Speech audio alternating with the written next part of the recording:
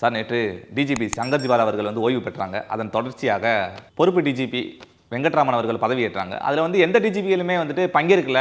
அது என்ன நமக்கு டிஜிபி பதவி கிடைக்கல, அந்த தான் காரணம் அப்படின்னு சொல்லிட்டு செய்தி ஊடகங்களாக வருது சார். உண்மையா சார்? ஒன்றொன்றாக சொல்கிறேன். முதலில் இதுவரை தமிழகத்தில் உச்சநீதிமன்றத்தில் பிரகாஷ் சிங் வழக்கில் ஜட்ஜ்மெண்ட் வந்ததற்கு பிறகு கருணாநிதியோ ஜெயலலிதாவோ கூட அந்த தீர்ப்பை மீறி நியமனங்களை செய்ததில்லை.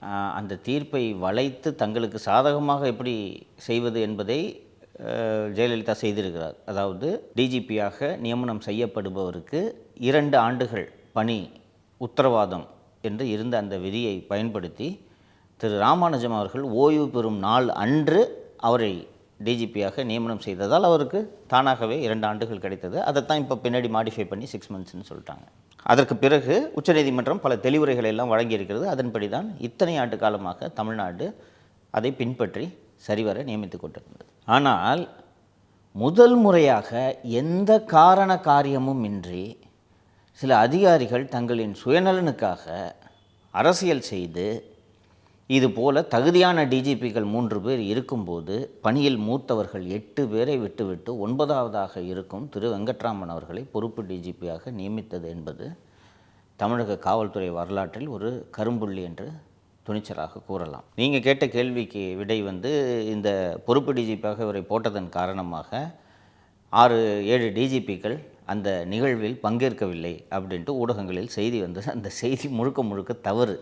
மரபு ரீதியானதெல்லாம் சொன்னாங்க. ஒரு மரபும் கிடையாது. ஃபஸ்ட்டு இதை புரிஞ்சுக்குங்க.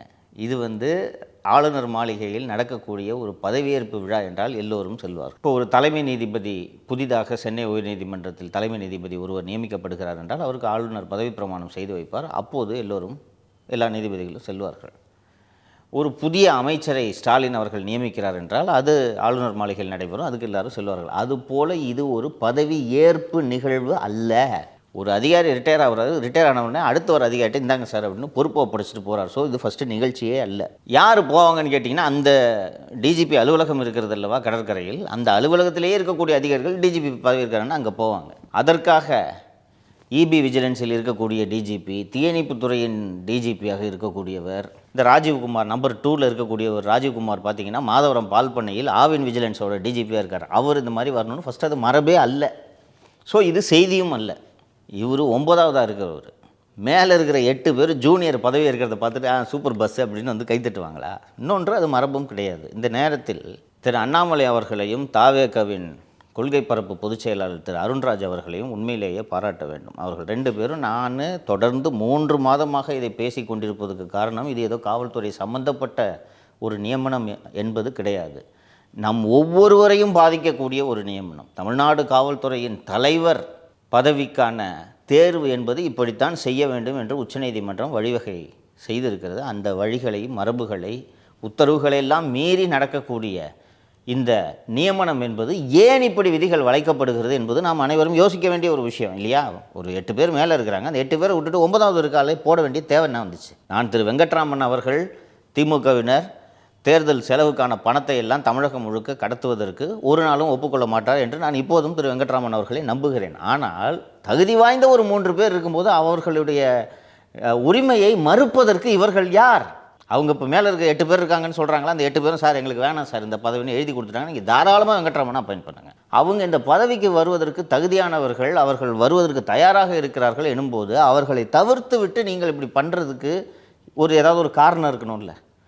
விதிகளை மீறுறீங்கன்னா அதுக்கு என்ன காரணம் இருக்கணும்? அப்போது உங்களுடைய சுயநலனுக்காக நீங்கள் இப்படி விதிகளை மீறுகிறீர்கள். விதிகளையெல்லாம் உங்களை மீற அனுமதித்து விட்டு முதல்வர் உல்லாசமாக சுற்றுப்பயணம் போயிருக்கிறார் என்றால் இது என்ன மாதிரியான ஆட்சி என்பதை இந்த மக்கள் தான் பார்த்து இந்த ஆட்சிக்கு ஒரு தீர்ப்பு வழங்க வேண்டும், வழங்குவார்கள் என்று நான் உறுதியாக நம்புகிறேன். நான் சொன்னது போல் இது மிக மிக ஒரு முக்கியமான விஷயம். திரு பழனிசாமி அவர்கள் தனது பிரச்சார பயணத்தின் போது 2 பிரச்சார கூட்டங்களில் இந்த டிஜிபி நியமனம் பற்றி பேசினாரே ஒழிய அதற்கு பிறகு அவர் பேசவில்லை.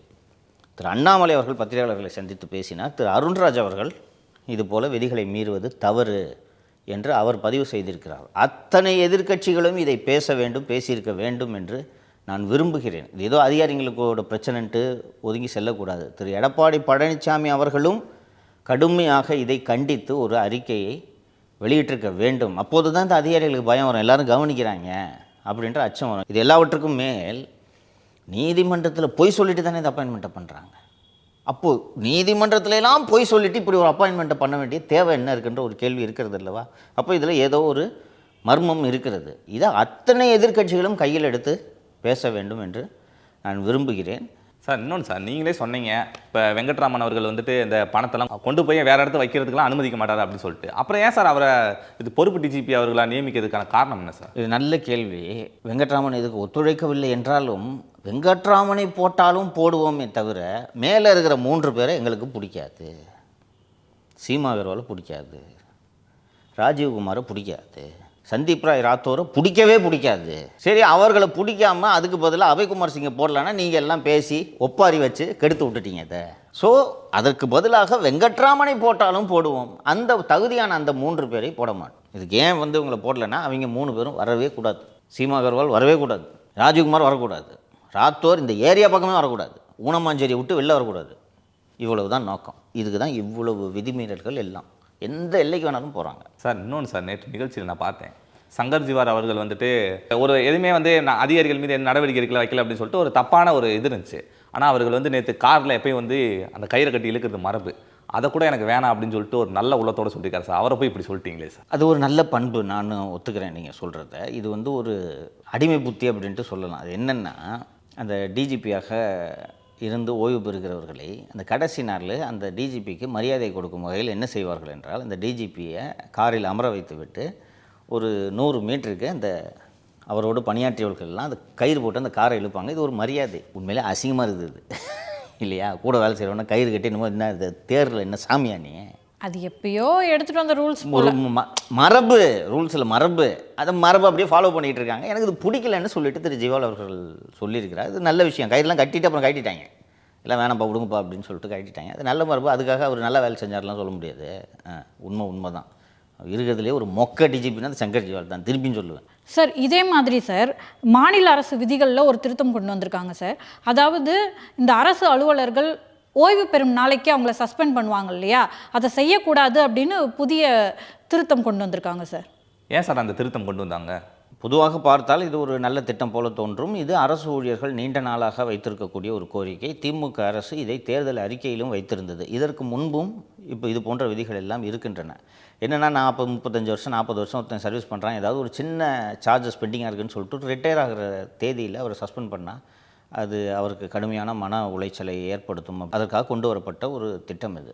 ஆனால் இந்த அரசு நேற்று இதற்கான விதிகளை திருத்தி 2 நாட்களுக்கு முன்பு இதை வெளியிட்டதற்கு ஒரு முக்கியமான உள்நோக்கம் இருக்கிறது. இந்து சமய அறநிலைத்துறையில் சிலைகள் காணா போனது தொடர்பாக, கோவில்களில் நிதி முறைகேடுகள் நடந்தது தொடர்பாக சில வழக்குகள் பதிவு செய்யப்பட்டன. அப்படி வழக்கு பதிவு செய்யப்பட்டு கைது செய்யப்பட்டவர்களில் ஒருவர் இந்து சமய அறநிலைத்துறையின் இணை ஆணையராக இருந்த திருமகள் அவர்கள். இவர்கள் மீது குற்றச்சாட்டுகள் இருந்தன. ஒரு சிலை காணப்போன வழக்கில் இவர்கள் கைதும் செய்யப்பட்டார். அதற்கு பிறகு நிறைய நிதி முறைகேடுகள் எல்லாம் இருந்தன. இப்படிப்பட்ட ஒரு நிலையில் திருமகள் மீது இது போக கிரிமினல் கேஸ் திருமகள் மேலே பெண்டிங்காக இருக்குது. சார்ஜஸ், டிபார்ட்மெண்டல் என்கொயரியும் சார்ஜஸும் பெண்டிங்காக இருக்குது. இந்த திருமகளுக்காகவே இந்த விதிகள் திருத்தப்பட்டிருக்கின்றன. இந்து சமய அறநிலையத்துறையின் ஆணையராக இருக்கக்கூடிய திரு மணிவாசகம் ஐஏஎஸ் அவர்கள் இந்த அம்மாவை சஸ்பெண்ட் பண்ணணும்னு சொல்கிறாரு. இந்த அம்மா முன்னாடியே சஸ்பெண்ட் பண்ணியிருக்கணும். ஏன் இவர் இதுவரை சஸ்பெண்ட் செய்யப்படவில்லை என்றால், சேகர்பாபு கொள்ளையடிப்பதற்கு துணையாக இருந்தவர் தான் இந்த திருமகள். சேகர்பாபு தலைமைச் செயலர் முருகானந்தத்திடம் பேசி முருகானந்தம் இவரை பணி ஓய்வு பெற அனுமதிக்க வேண்டும் என்பதற்காகவே இந்த விதிகளில் திருத்தம் கொண்டு வருகிறார். விதி திருத்தம் வந்தது முருகானந்தத்தோட வேலை. இந்த விதியில் திருத்தம்லாம் பண்ணி நேற்று சேகர்பாபு தலைமையில் திருமகளுக்கு பிரிவு உபச்சார விழா. துறை ரீதியாக குற்றச்சாட்டுகளை எதிர்கொண்டிருக்கக்கூடிய ஒரு அதிகாரியை, கிரிமினல் வழக்கை எதிர்கொண்டிருக்கக்கூடிய ஒரு அதிகாரியை அந்த துறையின் அமைச்சரை அவர் தான் சஸ்பெண்ட் பண்ணியிருக்கணும். ஆனால் 4 வருஷமாக தேங்காய் மூடி கொள்ளடிக்கிறதுக்கு சேகர்பாபுவுக்கு உதவினார் என்ற காரணத்திற்காக சேகர்பாபு தலைமைச் செயலர் முருகானந்தத்திடம் பேசி முருகானந்தம் இதற்காக விதிகளில் திருத்தம் கொண்டு வந்து எங்கேயாவது நடக்குமா பார்த்து? ஒரு அதிகாரிக்காக கொண்டு வரப்பட்ட திருத்தம். இவங்க எல்லா அரசு ஊழியர்களின் நலனையும் மனதில் வைத்து இதை செய்தால் நானும் வாழ்த்திருப்பேன். ஆனால் திருமகளுக்காக கொண்டு வரப்பட்ட திருத்தம் அது. முருகானந்தம் இந்த திருத்தத்தை கொண்டு வந்து நேற்று பிரிவு உபச்சார விழாலாம் நடந்து சந்தோஷமாக திருமகள் ஓய்வு பெற்று விட்டார். சார் ஒருவருக்காண்டி ஒரு அரசு இயந்திரமே அவருக்காண்டி செயல்படுதுன்னா அதை எப்படி சார் நீங்கள் பார்க்குறீங்க? அதனால தான் இது மோசமான நிர்வாகம்னு சொல்கிறேன். இது போல் பல விஷயங்கள் நடந்திருக்கின்றன. ஒரு 2 ஆண்டுகளுக்கு முன்பு தமிழக மருத்துவக் கல்வி இயக்குனரின் பதவி காலியானது. அந்த மருத்துவக் கல்வி இயக்குனர் பதவிக்கு தகுதியான மருத்துவர்களின் பட்டியல் தயாரிக்கப்பட்டு அந்த பட்டியலில் ஒரு 6 பேர் இருக்கிறார்கள். அந்த 6 பேரில் 3 பேர் மீது குற்றச்சாட்டுகள் நிலுவையில் இருக்கின்றன. முதல்வரின் செயலாளராக இருக்கக்கூடிய திரு உமாநாத் ஐஏஎஸ் அவர்கள் அவருக்கு வேண்டிய ஒருவரை மருத்துவக் கல்வி இயக்குனராக நியமிக்க வேண்டும் என்று விரும்புகிறார். அவருக்கு வேண்டிய அந்த ஒருவர் மீது துறை ரீதியான குற்றச்சாட்டுகள் நிலுவையில் இருக்கின்றன. துறை ரீதியான குற்றச்சாட்டுகளை எதிர்கொள்பவரை மருத்துவக் கல்வி இயக்குனராக நியமிக்க முடியுமா? முடியாது. ஸோ அவருக்கு வேண்டியவரை நியமிக்க வேண்டும் என்பதற்காக அந்த பணியை காலியாகவே வச்சிருந்து இப்போது பொறுப்பு டிஜிபி போட்ட மாதிரி பொறுப்பு மருத்துவக் கல்வி இயக்குனர் ஒருவரை போட்டு அதற்கு பிறகு குற்றச்சாட்டுகள் நிலுவையில் இருந்த ஒருவரையே மருத்துவக் கல்வி இயக்குனராக நியமித்து விட்டார்கள். அவர் ஓய்வு பெறும் நாளில் சஸ்பெண்ட் செய்யப்பட்டார், டாக்டர் சங்குமணி. அவர் ஓய்வு பெற்று 3 மாதங்கள் ஆகிறது. 3 மாதமாக இப்போதும் மருத்துவக் கல்வி இயக்குனர் பதவி இன்றும் காலியாக இருக்கிறது. தமிழ்நாட்டில் மருத்துவர்களுக்காக பஞ்சம், டீனுக்காக பஞ்சம். சங்குமணி ரிட்டையர் ஆக போகிறாருன்றது அவர் சர்வீஸில் சேர்ந்த அன்றைக்கே தெரிஞ்ச ஒரு தேதி இல்லையா? பேனலை போட்டு அப்பாயின்ட் பண்ண வேண்டியதானே. இந்த மருத்துவக் கல்வி இயக்குனர் பதவி என்பது எந்த அளவுக்கு முக்கியமான பதவி என்றால், தமிழ்நாட்டில் இருக்கக்கூடிய அரசு மருத்துவக் கல்லூரிகள் அத்தனையும் இந்த மருத்துவக் கல்வி இயக்குனர் கீழே வரும். அந்த மெடிக்கல் காலேஜஸோடு சேர்த்து மெடிக்கல் காலேஜ் ஹாஸ்பிட்டல்ஸோட நிர்வாகமும் இவருக்கு கீழே தான் வரும். இப்படிப்பட்ட முக்கியமான பதவியை காலியாக வச்சுருந்தா அப்புறம் ஆர்ட் பேஷண்ட்டு க்யூவில் தான் நிற்பான். இந்த அமைச்சருக்கு துறையை பற்றி துளியும் நாலேஜ் இல்லை. செக்ரட்டரி பண்ணிக்கு வரணுடனே அமைச்சருக்கு பதிலாக உமாநாத் தான் இந்த துறையை 4.5 ஆண்டுகளாக கவனித்து கொள்ளையடித்து கொண்டிருக்கிறார். இந்த உமாநாத் யார் என்றால், தமிழ்நாடு மெடிக்கல் சர்வீசஸ் கார்ப்பரேஷனில் கடந்த ஆட்சி காலத்தில் டாக்டர் சி விஜயபாஸ்கரோடு சேர்ந்து கொள்ளையடித்த அதே உமாநாத் தான் இப்போது முதல்வரின் செயலராக இருந்து இப்போதும் மருத்துவத்துறையை நடத்தி கொண்டிருக்கிறார். இப்படி தனிநபர்களுக்காகவே நடக்கும் அரசாங்கம் தான் இந்த அரசாங்கம். சார் எனக்கு ஒன்று மட்டும் புரியல, ஏன் அதிகாரிகளை லாஸ்ட் நாளில் பணிக்காலம் முடியுது அவருக்கு, ஏன் சார் லாஸ்ட் நாளில் அவங்கள இடைநீக்கம் பண்ணணும், சஸ்பெண்ட் பண்ணணும்? லாஸ்ட் நாளில் இடைநீக்கம் பண்ணலைன்னா அவருக்கு பென்ஷனை கொடுக்கணும். பென்ஷனை கொடுத்தா அவர் மீது துறை ரீதியான நடவடிக்கை எப்படி எடுப்பீங்க? இப்போ லாஸ்ட் நாள் நீ 35 வருஷம் சர்வீஸ் ஆகிட்டு இன்றைக்கி ரிட்டையர் ஆகிறன்னா உனக்கு மாதம் ஒரு 50,000 ரூபாய் பென்ஷன் வருது. பென்ஷனை அந்த கிராஜுவிட்டி பணம்லாம் நீ வாங்கிட்டு போயிட்டேன்னா உன் மீது எப்படி நடவடிக்கை எடுக்கிறது? உங்கள் துறை ரீதியான நடவடிக்கை எடுத்து முடித்த பிறகு தண்டனையாகவே உன்னோட பென்ஷனில் 1000 ரூபாயை கட் பண்ணணும் அல்லது கிராஜுவிட்டியில் 50% கட் பண்ணணுன்ற தண்டனை வழங்குவதாக இருந்தால் உங்களுக்கு ஏற்கனவே அந்த பணத்தை கொடுத்துட்டு அப்புறம் எப்படி தண்டனை கொடுக்க முடியும்? அதனால் தான் ஓய்வு பெறும் நாளில் இவரை வைக்கக்கூடாதுன்னு சஸ்பெண்ட் பண்ணி ப்ரொவிஷனலாக ஒரு அமௌண்ட்டை கொடுத்து வச்சு அந்த குற்றச்சாட்டுகள் முடியும் வரை நிலுவையில் வைத்திருப்பார்கள்.